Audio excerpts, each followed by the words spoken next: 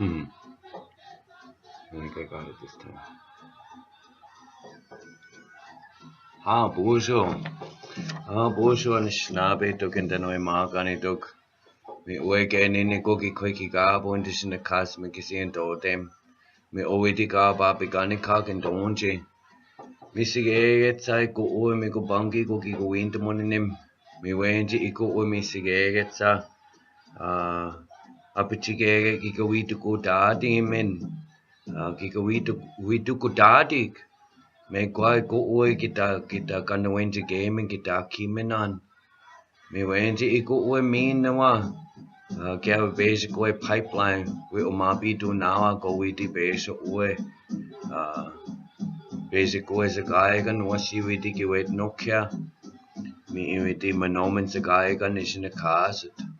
Me say to go away with the basic way. Get you zeebing. When Mrs. Zeeby is in the car. Me say I go away. On some monetization go away. Get documented. Me or me no what you go where we do dawak. They get I go we're gonna put going. Gego. Why get domin. Me see I get to go where I shall get Ashimoanige. Well, hello there, my friends and relatives. This is me.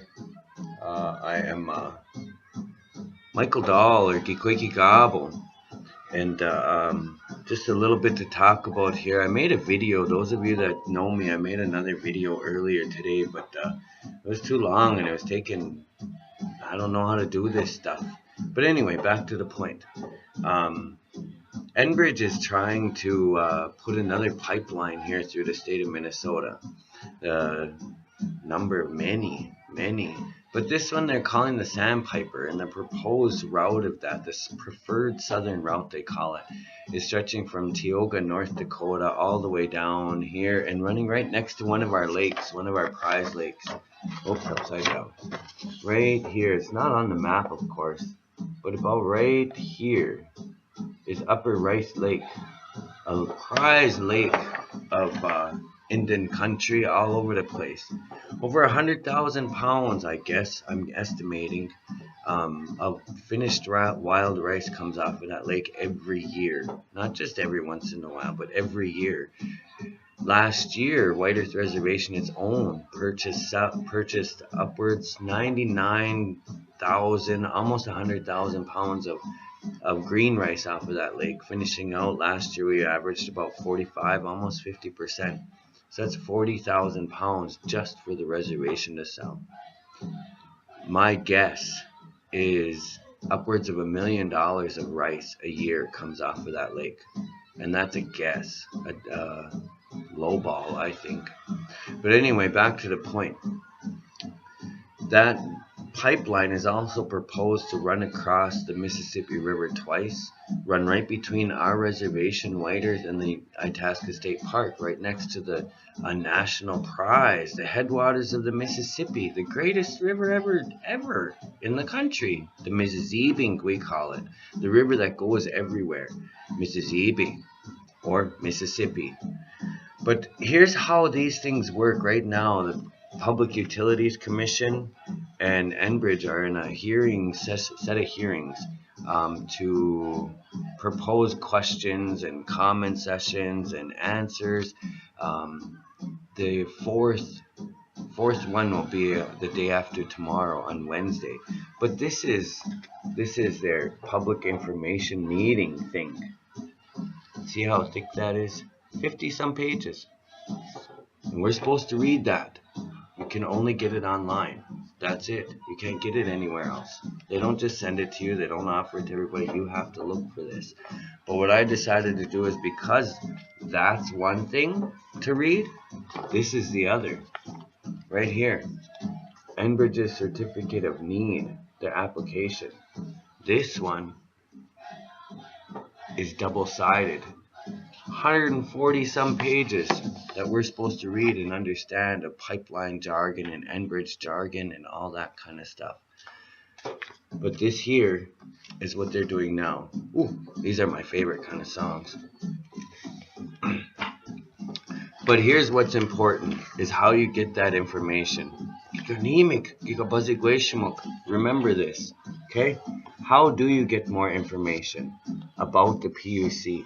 The Public Utilities Commission is that's what it is.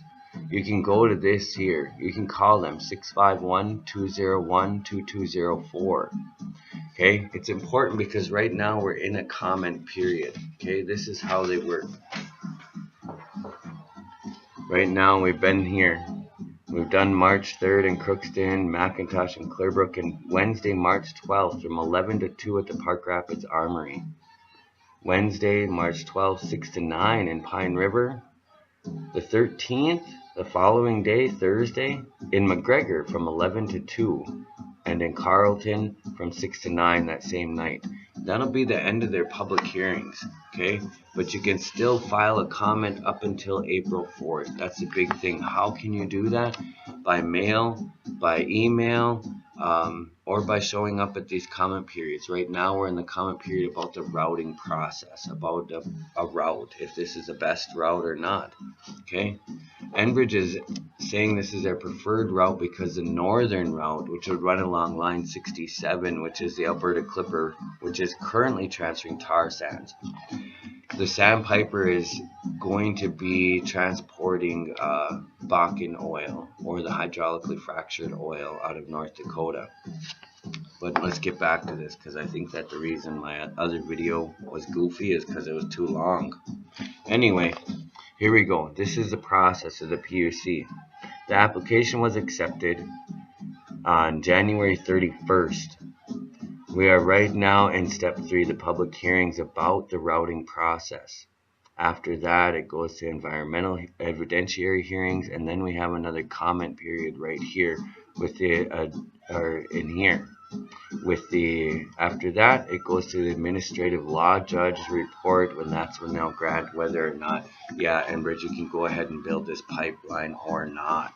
That's when that'll be decided. This is their general timeline, okay?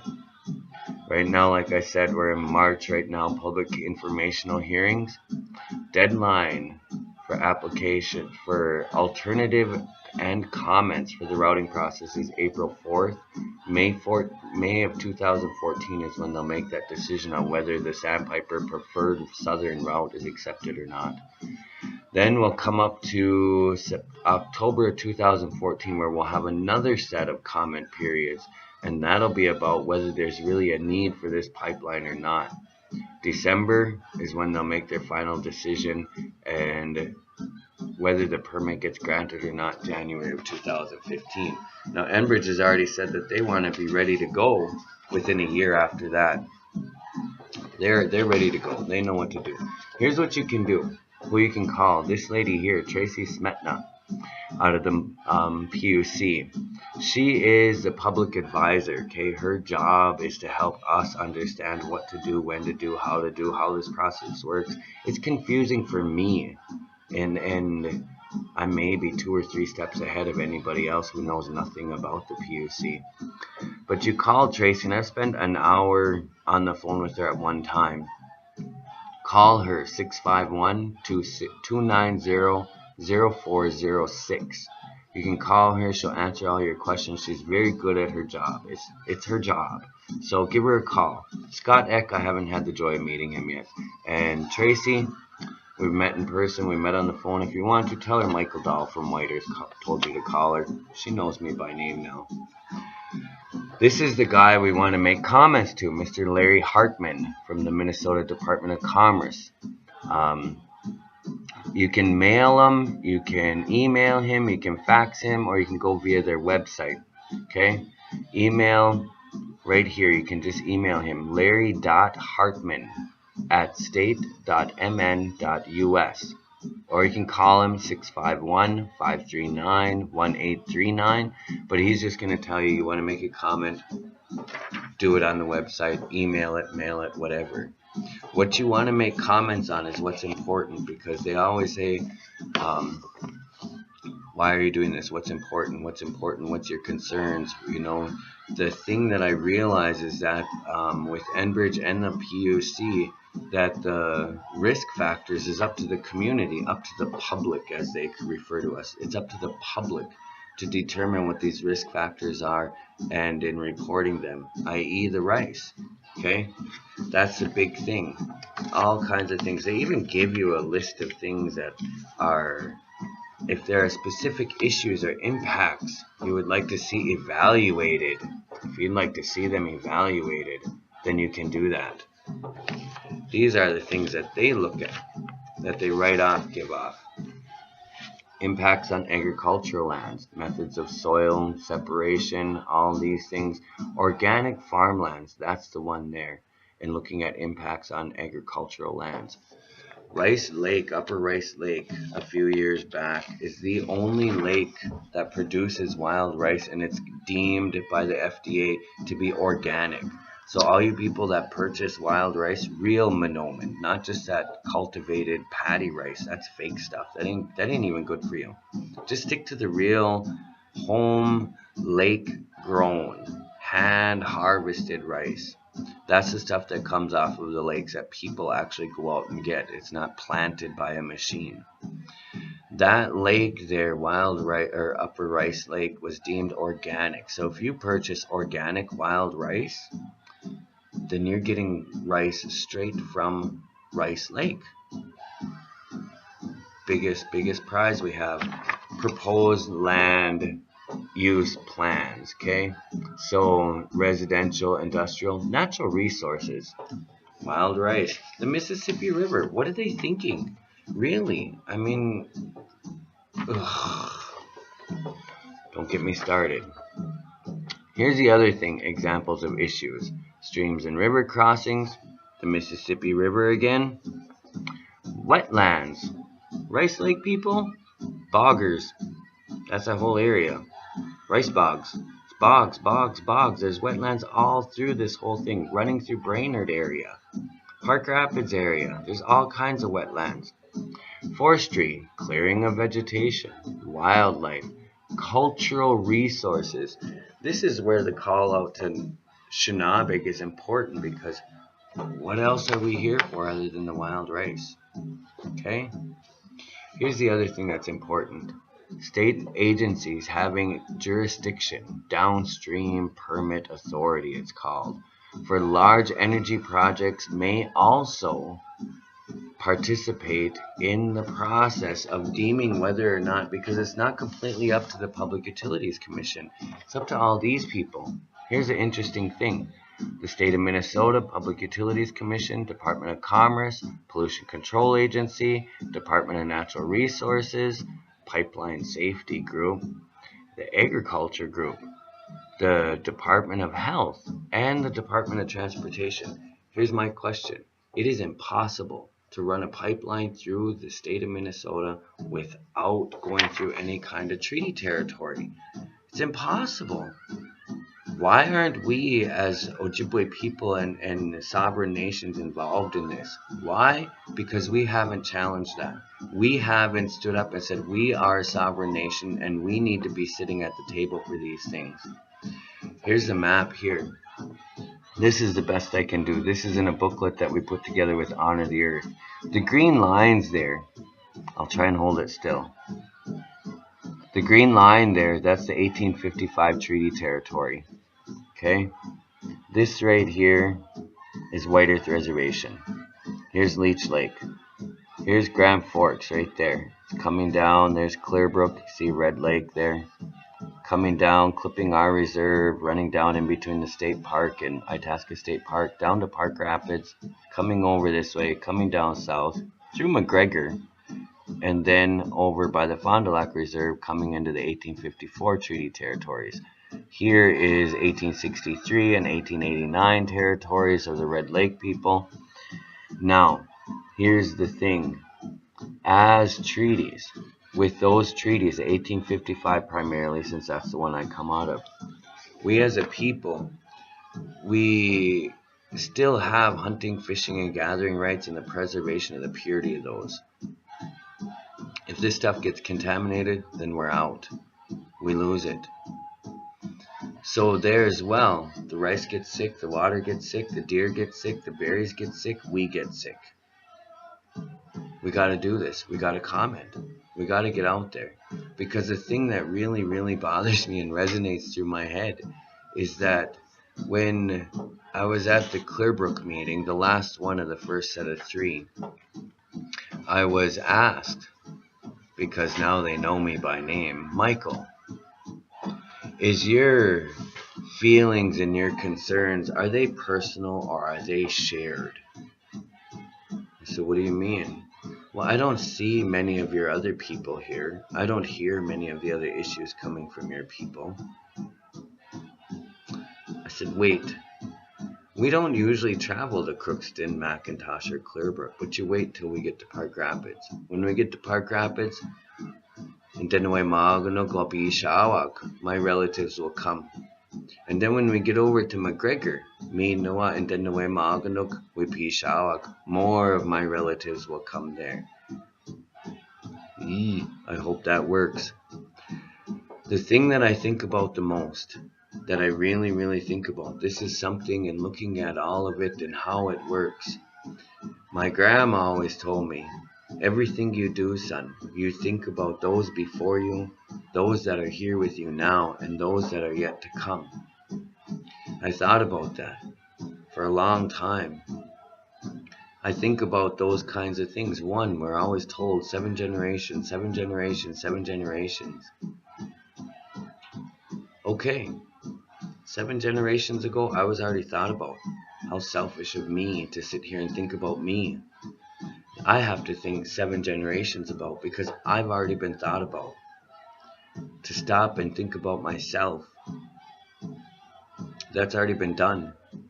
The amazing thing that I can't help but think about this in a mental, physical, emotional, and spiritual way as an Anishinaabe person, as an Indigenous person, is that 7 generations ago, 2 of my grandpas were sitting down right now in March of 1867.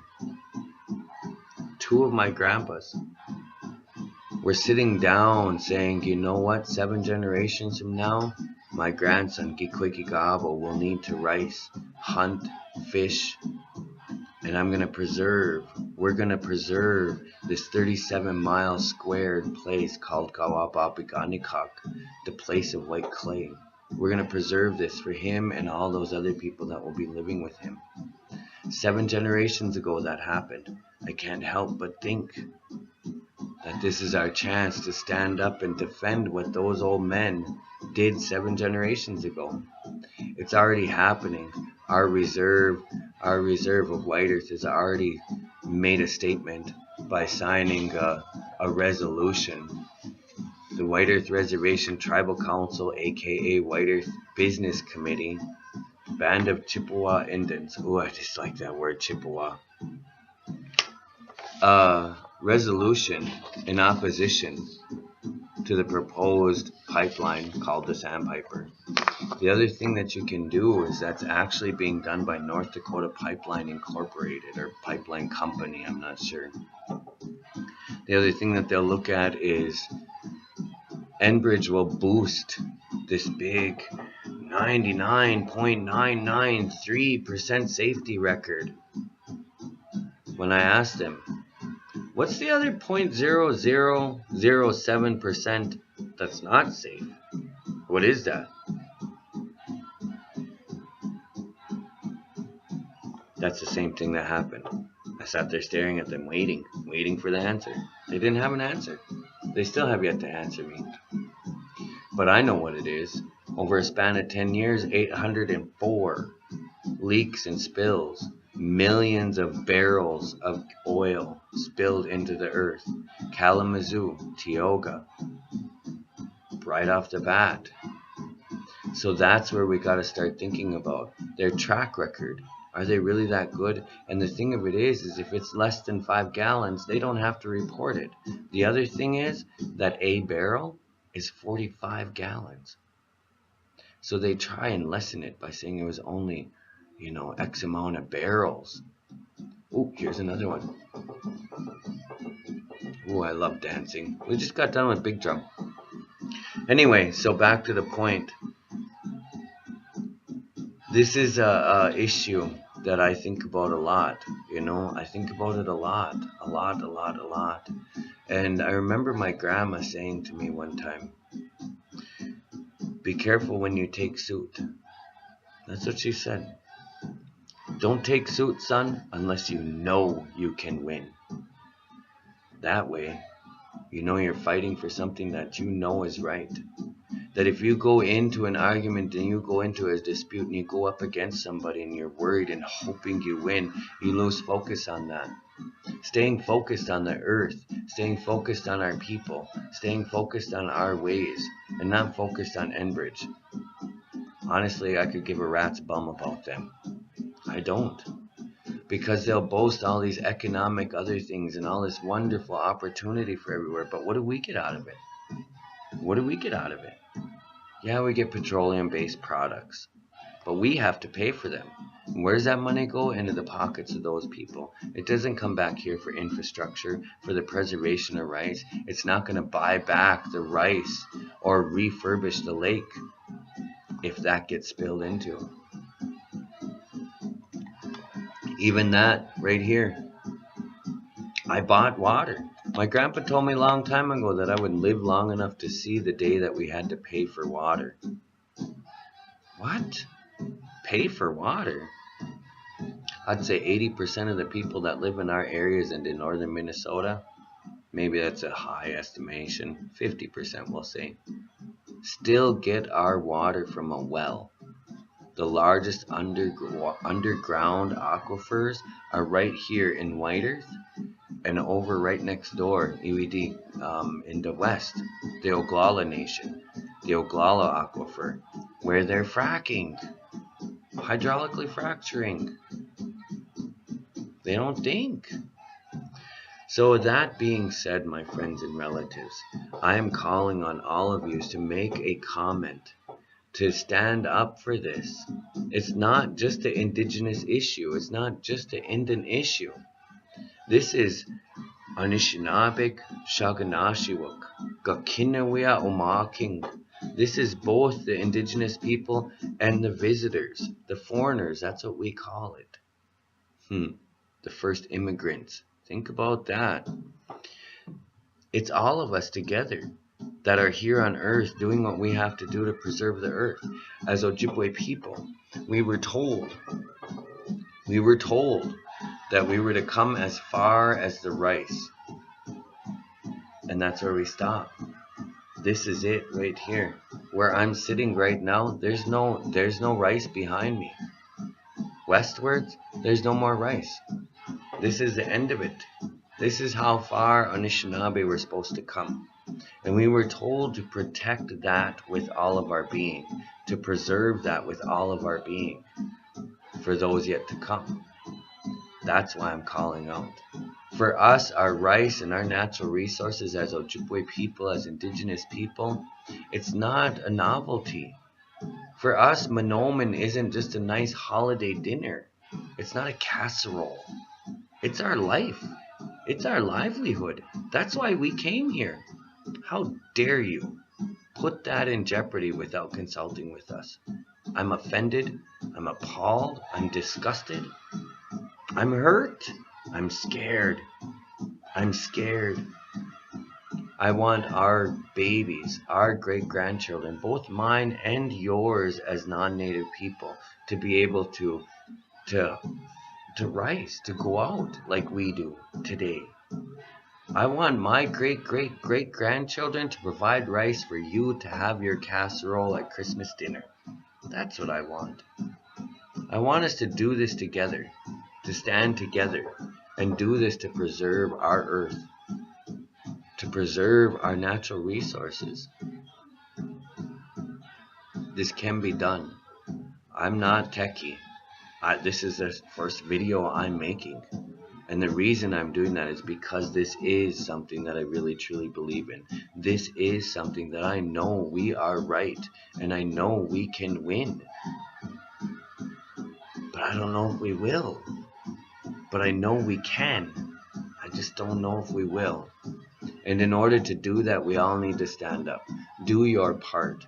Make a comment on the routing process. Be prepared, if that passes, to make another comment about the need basis. And if we can keep doing this, file lawsuits, file injunctions, file interventions, and do everything that we need to do at this point in time to stop this. To preserve and to protect, to not be a protester and an activist, to be a protector of our ways, protector of our lands, protector of our waters, protector of our great 7 generations out grandchildren's future, to where they still have the option to turn on the faucet and drink that water. They still have that option to, if they fall in the lake, they're not going to get sick.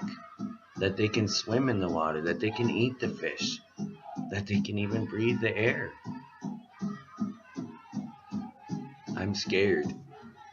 I'm scared of what they're trying to do. They don't even know what they're doing.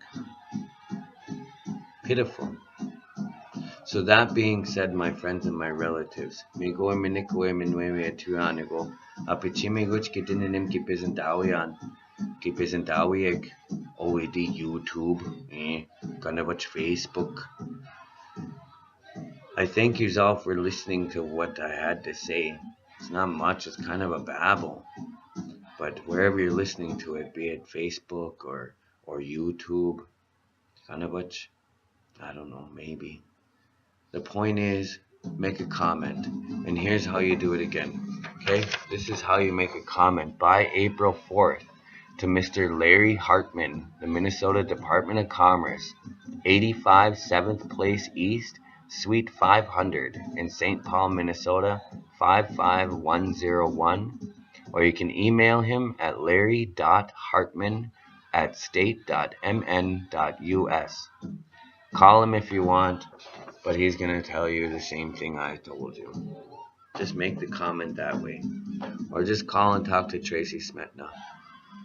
She'll answer all your questions. She'll direct you to the right spots. Other related websites you can check out.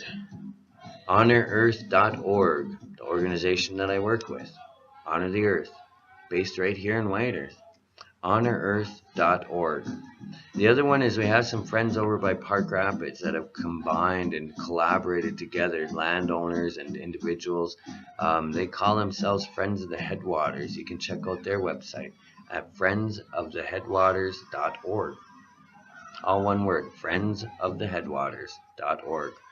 For the Minnesota Public Utilities Commission, for the PUC, you can go to www.puc.state.mn.us. puc.state.mn.us. Another YouTube video, check it out. Honor the Earth, Triple Crown of Pipeline Rides. 3 horse rides so far. Earth Week, I guess they're planning another one in regards to the KXL, the Keystone XL pipeline. That's going to be happening in Washington, D.C. Pretty big. The other thing that I want to talk about before I sign off is some of the things that I've heard over the years. 2 things in particular. In our legends and our prophecies, we were told of 2 hard times. Many others. We were told all kinds of things. But I'm summing it up, so please don't be the culture police on me. I'm summing it up and paraphrasing it. We were told our people would have a hard time. Almost disappear. But things would change when the eagle landed on the moon. What? Eagle landed on the moon. But we kept our faith. We kept our faith. And in the late 60s, what happens? NASA decides to go to the moon. A bunch of native people, indigenous people, asked, begged, send an eagle up. It's a national emblem. Wouldn't it be a wonderful idea? But no, they decided to send a person and maybe even a monkey. But anyway, when that space shuttle landed on the moon, what were the first words back? Houston, the eagle has landed. Shortly thereafter, a boom, AIM, American Indian Movement, Indian Child Welfare Act, Indian Religious Freedom Act, a resurgence of our ways, of the ability to walk around and be less fearful. another hardship would come, and it would stay that way until the eagle sat with the black bird, the condor. Great big old black bird. The old man deceased told me that was the boss of the bird nation, one of them. That Mukdebenes, that black bird down in the south, he said. What happened? The eagle sat with the condor just a few years back. And what happens? Boom! I don't know more. Another resurgence. Via Facebook and other social medias, bam, Indians all over the place. We all know what's going on. We're all standing up. A round dance at the Mall of America. Who'd ever thought that 5 years ago? Times are changing. Times are changing. Our people talked about the coming of a new people. A changing of our people. That we would still survive and we would have to do this to survive, the old man said. That our warriors, our Ogichitaok, would change our weapons to not be guns and bows and arrows and spears and head-to-head hands fighting, but it would change to words and papers and using their own weapons against them. That's where we're at, I believe. Misigayet sa ko uwe ente no emaganitok. Me go minikoy na me wewe tuanigo. Misigayet kishiwe na minim. Apichimi goch kitinem kipisandawiek. Well, my friends and relatives, that's all I got to say for now. I thank you all for listening to me. My love to you all, and hopefully someday we'll get to visit some more.